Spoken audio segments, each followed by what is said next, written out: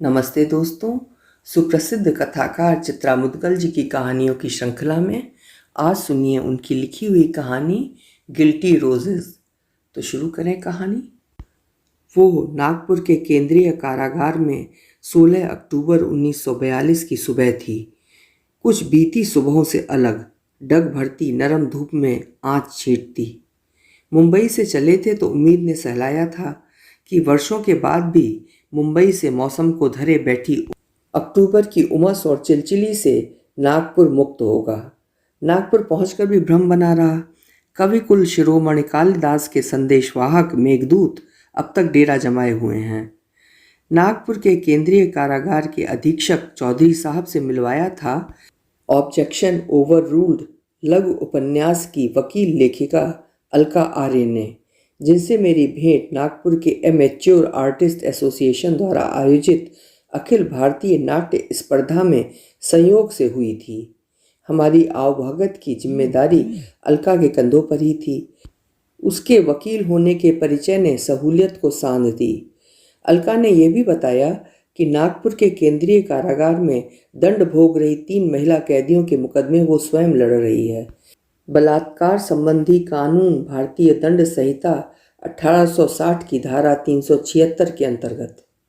मेरी हताशा को उसने परे ढकेला। चौधरी साहब ने आपके पत्र का अनुकूल जवाब नहीं दिया तो क्या हुआ, मैं मिलवाऊंगी आपको आजीवन कारावास प्राप्त महिला बंदनी से।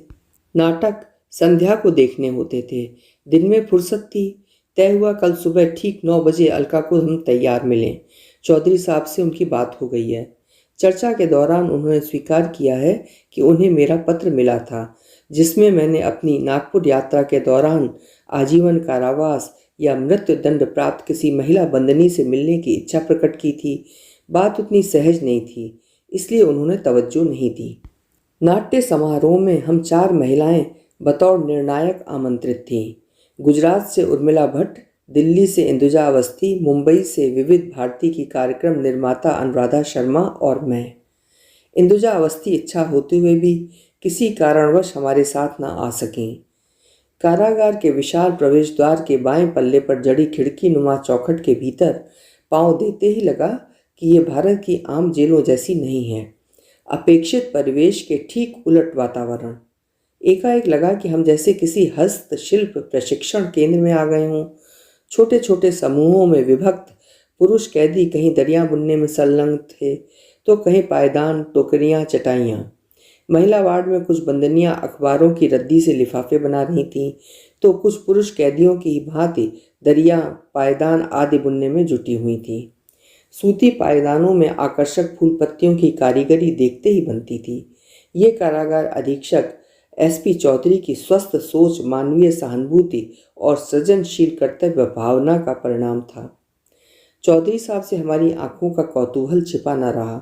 उत्साह से भरकर वे बताने लगे कि रचनात्मकता कैदियों को आत्मनिर्भर ही नहीं बनाती, बल्कि मनोचिकित्सक की भांति अपराधी मनोवृत्ति को बदलने और सहज मानवीय मनोवृत्ति को परिष्कृत करने का काम भी करती है। लेकिन जघन्य अपराधियों को कड़ी निगरानी के बावजूद इस तरह खुले आकाश में नहीं रखा जा सकता। उन्हें हम उनकी कोठरियों में ही कागज कलम मुहैया कराते हैं। उनसे आग्रह करते हैं कि वे अपने अंतर्द्वंद को कविता या गद्य के रूप में अभिव्यक्ति दें। अनपढ़ कैदियों को ड्राइंग रूम पेपर पर रंगों और रेखाओं से जो जी में आए बनाने की प्रेरणा देते हैं, और फिर समस्त सामग्री एकत्र कर हम उसे हस्तलिखित पत्रिका का रूप देते हैं। पत्रिका दिखाएंगे हम आपको। पत्रिका की जिल्द तक कैदियों ने ही बांधी है, खूब सजा संवार कर। आपकी लेखनी ने बहुत से दिलों के कोने टटोले होंगे, लेकिन इनके सच को इनके अलावा कोई और नहीं छू सकता। संग संग डग भरते हुए चौधरी साहब अचानक किसी खो में दाखिल हो गए हों से लगे। गलत नहीं कहा था चौधरी साहब ने। 1.25 घंटे की कारागार परिक्रमा के उपरांत हम जिस अंधी सुरंग में दाखिल हुए थे, लगा था कि उससे बाहर निकलने को कोई दरवाज़ा बना ही नहीं है। अनुभवों के खुरदुरे अध्यायों में सहसा काले आंसुओं से तर अनगिनत काले पृष्ठ आ जुड़े, जिनकी कचोटती कालिक पृष्ठ छूते ही उंगलियों में ताजे लहू सी आज भी छलछला आती है। दुस्वप्न की कुरूप विसंगतियों की आर्त आत्माएं मेरी चेतना में जब तब अपनी लटकी गर्दनें तानने लगती हैं। और मैं छूटता साहस संजो अपनी अव्यक्ति में उनके ठौर ठिकाने तलाशती कागजों पर पछाड़े खाने लगती हूँ। कहाँ बैठाऊँ उन्हें?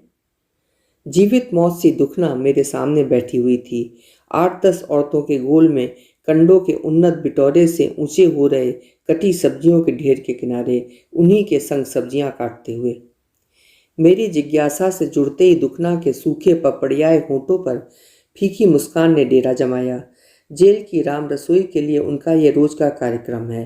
ये ताजी सब्जियां थोक में सब्जी मंडी से नहीं आई, बल्कि जेल की तरकारी बाड़ी में उगाई गई हैं। अपने श्रम बिंदुओं से सींचा है इन्हें कैदियों ने। मस्तिष्क में प्रश्न फनफनाए, किन हाथों का खोट है जिन्होंने समाज विकास में लगने वाले इन हाथों को विवश कर दिया तमंचे और लपलपाते छुरे पकड़ने को? चौधरी साहब ने बताया, उम्र अधिक नहीं है दुखना की। सपनों में पींगे भरने की इंद्रधनुषी वय में वो जेल भेज दी गई दंड भोगने।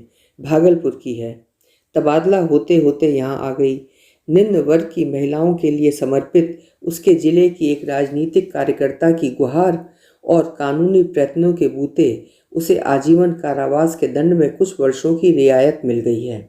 बगल में आ बैठी भग्न कंदील सी काठी में तीलियों का ढांचा मात्र बनी हुई दुखना चौधरी साहब के कथन को झुठलाती 50 से कम की नहीं लग रही थी। बहुत उकसाने पर जबान खोली दुखना ने। हमने सौत की 5 औलादों में से बच रहे इकलौते जवान बेटवा को छुरा भोंक कर मार दिया। न भोंकते तो उस जल्लाद से अपनी लाज लज्जा कैसे बचाते? भरी दोपहरी वो हमको कोठरी में खींच सांकड़ चढ़ा भूमि पे पटक दिया। छूटने को छटपटाते हम चीखते चिल्लाते रहे, कोऊ ना सुना। सुनते काहे? सौत और ससुर की शहती उसको। पहली बेर क्षमा कर दिए, दूजी तीजी बेर की जबरई पर गम खा के मुंह सी लिए। समझाए, रिश्ते में हम तेरी महतारी हुए, तेरे बाप की दूसरी ब्याही। तेरी महतारी से लौ लगाव नहीं था, सो हमसे 7 फेरे लिए तेरे बाप ने। हमारा क्या दोष? तेरी महतारी तो मुझे छोड़कर दूसरे को जा बैठी थी। बिरादरी को खाना पानी दे बाप, और उसमें छुट्टा छुट्टी भी हो गई थी। लौट के आई है तो मालकिन बनी हुई है। देहरी तो मर्द की दया की खातिर ना, काहे को कि छिनार उसकी इकलौती औलाद की महतारी जो ठहरी। जिस पल जी उष्टा मर्द का निकाल फेंकेगा तेरी माई को, क्षमा करेगा तेरी करतूतों को। मगर कौनो फर्क नहीं पड़ा हरजाई के बेटवा पर। रंडुए ससुर और सौत की लगा लगी का खेल जो ठहरा। मंशा थी उनकी हमको घर से बाहर निकाल फेंकवाने की, चाह दुलार करने वाले मर्द की नज़र में नीचे गिराने की, छिनार सिद्ध करने की, हमको निकलवा कर दोबारा घर की मालकिन बनने की। हमारे घर में डोलते रंडुए ससुर से उसकी लगा लगी तो कैसे चले? सो हम थे उनकी आंखों की किरकिरी। बेटा का क्या, 100 कत्ल करके भी बेटवा बेटवा ही रहेगा। उसको त्यागना मर्द के बूते का नहीं। सहसा दुखना का स्वर भर्रा आया। अनुराधा ने ममता से उमग पीठ सहला ढांढस बंधाया, मगर बांध रहते आवेग को संभाल नहीं पाया। लाज लज्जा बचाने को हम अपनी ही खींच हंसुए से काहे न रेत लिए। हिचकियों के प्रवाह में ग्लानि ऊब चूब होने लगी। कुछ पल उपरांत वह स्वमेव संयत हुई। नई धार करा के आया हंसुआ कोठरी में एक ओर लगी भंडियों के पीछे लुका दिया। जैसे बेटवा ने भूमि पर हमको पटकने की कोशिश किया, धमकाया उसको, लौटने दे बाप को खेत से। न तेरी जल्लादई का भंडा फोड़ किया आज तो हमको कहना। रह नहीं पाओगे फिर माई बेटवा इस घर में। जबर बेअसर हंसा। तेरी चुगली का कोई असर नहीं होने वाला। बाप के कान पहले ही भरे जा चुके हैं कि तू छिनार कितनी भूखी प्यासी है। इस उम्र में तू उसके बूते की नहीं। अकेले मुझे ही नहीं फंसा रखा, टोले में और भी हैं तेरी चाह के सटे घटे। गांव का गांव थू थू कर रहा है तुझ पे। गनीमत मना और सटक ले नैयर, वरना ऐसी दुर्गत करवाऊंगा कि मुझे छोड़ 10 और चढ़ेंगे तुझ पर। बस झेला नहीं गया। बिजली की सी फुर्ती से हंसुआ उठाया और जब तक वो संभले रेत के धर दी हरामी की गटाई। कबूल किए जुर्म पुलिस दरोगा के सामने। जवान जहीन बेटवा खो के मर्द होश खो बैठा। पुलिस दरोगा के सामने हमको लात घूंसों से हनिया हनिया के रौंदा। हरामिन, अपने को सती सावित्री सिद्ध करने को तूने आज इतनी बड़ी कीमत वसूली, वंश नाश कर दिया हमरा। 5 साल कट गए, 2 बाकी हैं।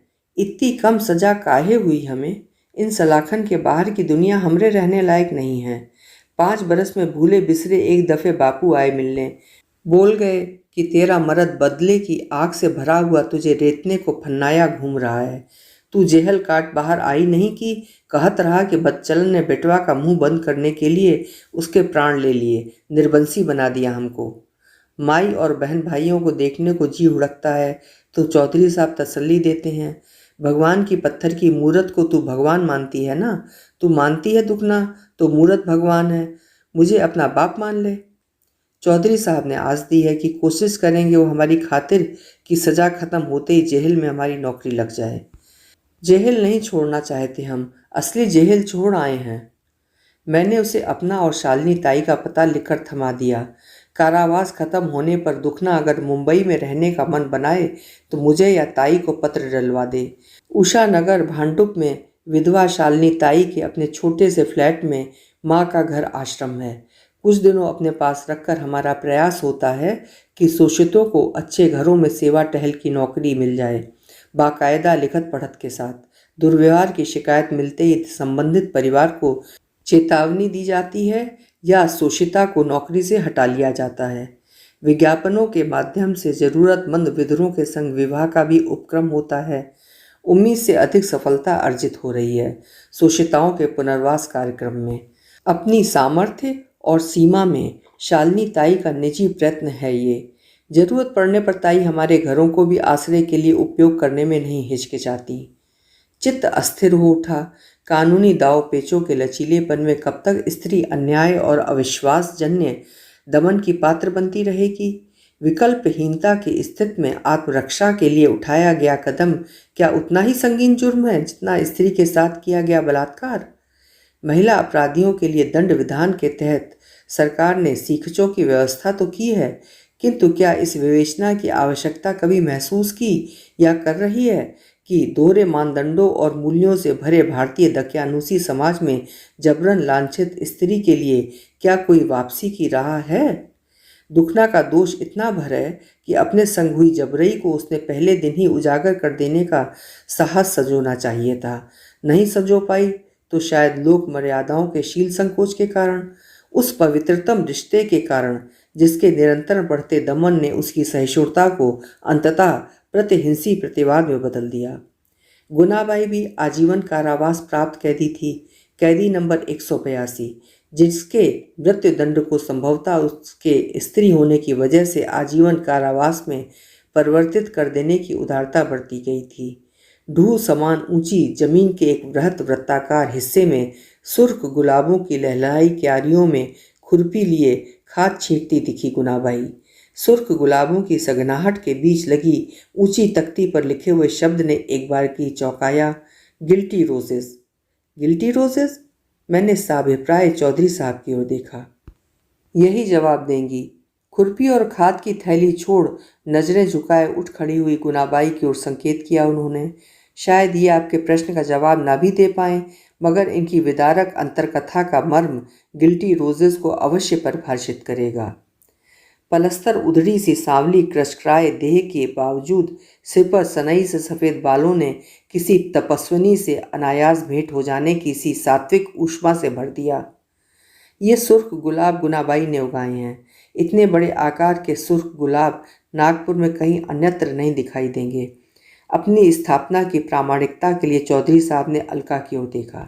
सही है, अलका ने उनसे सहमत जताई। मौसम की नरमी गर्मी से बेअसर इन सुर्ख गुलाबों की क्यारियां सदैव लहलहाती रहती हैं। गुनाबाई के ममत्व का आंचल जो है इनके सिर पर। चौधरी साहब ने ललक से भरकर बताया, शहर में जब भी किसी बच्ची का जन्मदिन होता है, माँ बाप विशेष रूप से अपनी बच्ची के लिए बतौर शुभकामना गिल्टी रोजेस का गुलदस्ता मंगवाते हैं। गुलदस्ता बड़े चाव से गुनाबाई अपने हाथों से बनाती हैं, एक एक पंखुड़ी को हृदय से आशीषती हैं। अपनी अनुपस्थित से गुनाबाई के संकोच को तोड़ने की मंशा से चौधरी साहब उसके पास हमें अकेला छोड़ अपने कार्यालय की ओर चल दिए। नौवारी धोती की लांग कसे घुटनों में मुंह गड़ाए तपस्विनी विषम अतीत की कुरूप विडंबनाओं की तहें खोलते सिसकियों में डूब गई। भूडोल की दहशत ज़्यादा तरंगे छू गई हमारी जिज्ञासा को। बड़ी कठिनाई से ढांढस के शब्दों ने उससे नाता जोड़ा। प्रकृतस्थ होने की चेष्टा में उसने हृदय के विचलन को स्वयं संयत किया। गुलाबों में सुर्खी, और इतनी गाढ़ी सुर्खी गुलाबों की अपनी नहीं थी। गुनाबाई की सूखी पसलियों में खुदे जख्मों का ताज़ा लहू सिंचा हुआ था उन पंखुड़ियों में। नासिक में रहने वाली गुनाबाई घरों में रसोई बना चौका बासन कर गुजर बसर करती थी। किशोरी से युवा हो रही उसकी बड़ी बेटी छठे दर्जे में पढ़ रही थी। उससे छोटी जुड़वां बेटियां नगर पालिका की पाठशाला में दूसरे दर्जे में पढ़ती थीं। गुनाबाई का पति कभी क्लीनर रहा था, पर अब बिल्कुल निठल्ला और दारूड़िया हो गया था। गुनाबाई उससे इस बात के लिए झींकती लड़ती रहती थी कि अब वो गुनाबाई की अनुपस्थित में जुआरी शराबी ठेला ड्राइवरों को लेकर घर न आया करे और न उनके संग बैठ बच्चियों के सामने दारू पीते हुए ताशपत्ती खेला करे। पहले जो चल जाता था अब नहीं चल सकता। बड़ी बेटी जवानी की दहलीज पर पांव रख चुकी है। जुड़वा बेटियां सयानी होने की डगर पर हैं। मेहनत मशक्कत से वो उन्हें पढ़ा लिखाकर आत्मनिर्भर बनाने का सपना देख रही है। क्या असर होगा उन पर बाप की उच्छृंखलताओं का? गुनाबाई की ये मुंहजोरी, वो भी अड्डेबाज दोस्तों के सामने। आग बबूला पति ने उनके सामने उसे लात घूंसों से रौंदना शुरू कर दिया। माँ को पिटता देख भयभीत बच्चियों की घिग्गी बन जाती। बीच बचाव के लिए वे पड़ोसियों को बुला लाती। एक दोपहरी पति गुनाबाई से बोला कि उसका हितचिंतक दोस्त चिखल कह रहा था कि तू खोपड़ी से गटर साल्ला पाई पाई को तरस रहा है। क्यों? अरे जो कर सकता है वो धंधा तो कर। अपनी बड़ी बेटी को कॉल गर्ल बना। मैं होटल से ग्राहक दिलाएगा। उसकी किल्लती होने की नहीं तेरे को, मेरा जिम्मा। तेरी खूबसूरत कमसिन छोकरी दिन में एक ग्राहक भी निपटाएगी तो अक्खा घर की जिंदगी ऐशो आराम से कटने की। बोल, क्या बोल रहा? क्रोध से कांपती गुनाबाई ने पति का मुंह नोच लिया। तू बाप है कि दल्ला? चिखल के मुंह पे जाके मूत। बोल उसको अपनी छोकरी को ले जाके बैठा दे कोठे पे। रोटी मिलती ना तेरे को, दारू पीने को मिलती है ना, और क्या चाहिए तेरे को? मांस पका के खाएगा तू छोकरियों का? एक शाम गुनाबाई टहल से लौटी तो बड़ी बेटी को चटाई पर बेहाल पड़े पाया। मुट्ठी में 50-50 के 3 नोट घुसे थे। सहमी हुई दोनों जुड़वा बेटियों ने बताया कि बाप दीदी को टैक्सी में बिठा के किधर को ले गया होता। चिकल भाऊ बाप के साथ होते। खुद किधर गया? छोटी बेटियां निरुत्तर हो गईं। बड़ी ने हिचकियां तोड़ते हुए अपने संग हुई अमानवीयता का बयान किया। ये भी बताया कि बाप ने मिले रुपयों में से 150 खुद ले लिए। मुर्गे और दारू की दावत उड़ाने चिकल भाऊ के संग किसी अड्डे पर गया है। उस रात गुनाबाई शतरंजी पर लेटी तो दिमाग में द्वंद्व की आरियां सी चलने लगी। क्यों ईश्वर ने उसे बेटियां दी? एक नहीं 3-3। कैसे होगी उनकी रक्षा? कोठे पर पहुंचे बिना रह पाएंगी क्या? जब अपना बाप ही उनकी अस्मत की दलाली पर उतर आया हो तो? उस भड़वे का बस चलता तो उसे भी चकला खोलने को बाध्य कर देता। डरता था उसके चचेरे भाई रमाकांत से। रमाकांत ने उसे डरा धमका रखा था कि वो उसकी बहन के साथ कायदे से रहे, अपने हाथ पैरों की खुजली काबू में रखे, वरना वो उसके हाथ पैर बम्बू सा तोड़कर गटर में फेंक देगा। रमाकांत भाऊ गांव गया था पिछली बारिश में। उफनती गोदावरी में नाव उलट गई। भतीजे को बचाने के पीछे अपने प्राण भी गंवा बैठा। दोनों ही नहीं बचे। पति की ज्यादतियां सहती झेलती चली आई तो बस इस इंतजार में कि उसकी बेटियां पढ़ लिख कर आत्मनिर्भर हो जाएं तो उसकी नियति बदल जाए। बदल सकती है उसकी नियति, लेकिन पति के जीवित रहते तो कदापि नहीं। कितना लड़ेगी वो अब? कब तक लड़ेगी? आज उस दुस्साहसी ने बड़ी बेटी की देह की कमाई खाई है। मुंह में खून लग गया। छोटी बेटियां बच पाएंगी क्या? एक उपाय है नरक से सदैव के लिए मुक्ति पाने का। 2 रोज पहले ही वो राशन कार्ड पर मिट्टी का तेल छुड़ा कर लाई है। पीपा भरा रखा है। शतरंजी पर पड़ी सो रही लड़कियों पर इसे उड़ेल माचिस की तीली दिखा दे और पीपे के शेष तेल को अपने ऊपर उड़ेल खत्म करे कहानी। तीली लगते ही भभकी लपटों में बिलबिलाती चीखती बच्चियां उसकी ओर दौड़ी। तब कहीं जाकर उसे होश आया। कैसा अनर्थ कर बैठी वो। लपटों से घिरी वो बचाव के लिए दरवाजा खोलकर बाहर आई। आर्त स्वर में पड़ोसियों को गुहारा उसने। बदहवास भौंचक पड़ोसियों ने उन पर ही पानी नहीं उलीचा, घर को भी आग लगने से बचाया, वरना क्या उनके अपने घर सुरक्षित रह पाते? अस्पताल में तीनों बच्चियां 1 हफ्ता भी नहीं निकाल पाईं। बच गई अबशाप सी केवल वो। पुलिस के सामने ही नहीं, कोर्ट में भी उसने अपना जुर्म कबूल कर लिया। अपनी तीनों मासूम बेटियों की उसने जानबूझकर हत्या की। क्योंकि वो ये नहीं बताना चाहती। वो स्वीकारती है कि उसने जो किया गलत किया, मगर यह भी मानती है कि अगर बच्चियां बच जाती तो शायद भावुकता छोड़कर वो दोबारा उनकी हत्या कर देती। ये समाज उसे उनके रहने लायक नहीं लगता। कड़ी निगरानी के बावजूद जेल की कोठरी में सिर पटक पटक कर कई बार गुनाबाई ने अपने प्राण लेने चाहे। एक बार तो उनके फटे माथे पर 16 टाँके आए। गुनाबाई ने खड़े होकर कमर पर से नौवारी धोती का पल्ला हटा, आगे पीछे से बुरी तरह से जली हुई कमर दिखाई। ये मेरी जुड़वा बेटियों की जलती हुई नन्ही बाजुओं से जली हुई चमड़ी है। कंठ अवरुद्ध हुआ या गुनाबाई का, आकर मेरी कमर से लिपट गई थी। माँ बचा लेगी उन्हें, उन्हें क्या पता। घुटनों में औंधा गुनाबाई का चेहरा पश्चाताप और दुख से गल रहा था, बूंद बूंद। चौधरी साहब ने गुनाबाई को पश्चाताप की अग्नि में तिल तिल जलते छटपटाते देखा तो उन्हें मृत्यु से जीवन की ओर लौटा लाने के लिए संकल्पबद्ध हो उठे। उन्होंने एक सुझाव दिया, कारागार की अन्य महिला बंदनियों के संग गुनाबाई दरी पायदान न बुने, सुर्ख गुलाब उगाए। मदद करेंगे वे उसकी। जेल में जमीन का एक टुकड़ा मुहैया करवाएंगे। प्रशिक्षित करेगा जेल का माली। बताएगा उन्हें कि पौधों को कैसे सेया पाला जाता है। टहनियों पर फिर खिलते सुर्ख गुलाब उसकी स्वर्गवासी बेटियों से फिर जन्मेंगे। उनके हाथों सजेंगे संवरेंगे। चौधरी साहब ने अपनी अवकाश प्राप्त की सूचना देते हुए कुछ बरस पहले लिखा था कि यरवदा जेल में उनके स्थानांतरण से पूर्व ही प्लूरसी के चलते गुनाबाई बच नहीं पाई। दुखना नागपुर के ही एक स्कूल में विद्यार्थियों को पानी पिलाने की नौकरी पर है। नागपुर के केंद्रीय कारागार में शायद अब भी गिल्टी रोजेस की क्यारियां हों। नहीं होंगी तो बस उन पर अपनी छां धरे तपस्विनी गुनाबाई। अनुत्तरित प्रश्न आज भी कलेजे में खदबदाता है। क्या सचमुच गुनाबाई हमारे बीच से उठ गई है? क्या खत्म हो गई है उनके साथ ही उनकी करुण कहानी?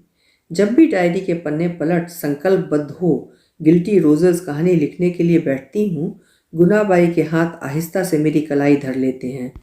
क्यों मजाक कर रही हैं मेम साहब? सच को तुम कहानी बनाने जा रही हो। अभी आप सुन रहे थे चित्रा मुदगल जी की लिखी हुई कहानी गिल्टी रोजेस। फिर मिलेंगे किसी बढ़िया सी कहानी के साथ। तब तक आप खुश रहें, आबाद रहें। शुक्रिया।